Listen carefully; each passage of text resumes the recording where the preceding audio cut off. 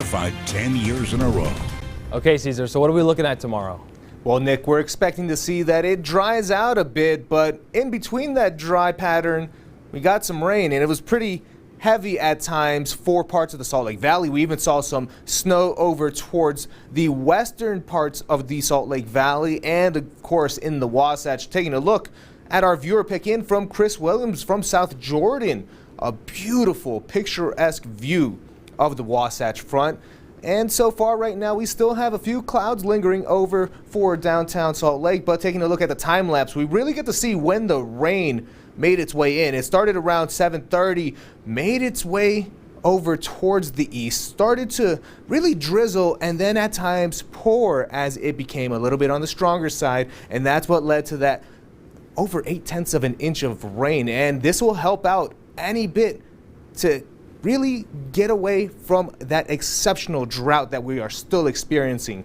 But we do have this winter weather advisory that has been extended until 8 a.m. So that's one thing that we will definitely still want to keep an eye on, because we can expect to see 2 to 5 inches of accumulation additional to what we've already seen in those areas. Temperatures so far are around the 30s for most of central Utah. We can see Price at 37, Provo over in Utah County at 37 also, 40 in Salt Lake City. We see Vernal at 39, Evanston at 28, and we're finally starting to see a little bit of a cool down towards southern Utah, 56 in St. George and Lake Powell. This time yesterday, much warmer. Can you believe it? It feels as if we just went back in time into winter. So it's still a bit on the cooler side, and we do it all over on Sunday. So make sure that you stay a bit more on the bundled side, because we expect to see some colder air still funneling in and bringing us a little bit of a cooler Sunday to wrap up the weekend. So far right now, radar showing a bit of rain making its way in. This possible flow of northwesterly flow really can and start to produce some lake enhanced snow. So that's something that we will continue to keep an eye on. And Futurecast actually does show a little bit towards the overnight hours, but by the time we start to see a little more progression going into the rest of Sunday morning, we start to dry out. So again, we do have the possibility of seeing a few spotty showers for the mountains, but not really much in the way of rain and snow for the valleys. Again, drier for us. Doesn't last for long though. By the time we get towards Monday afternoon, start to see some more rain and snow making its way in for northern Utah. So that again will continue until Tuesday, our next weather maker for us.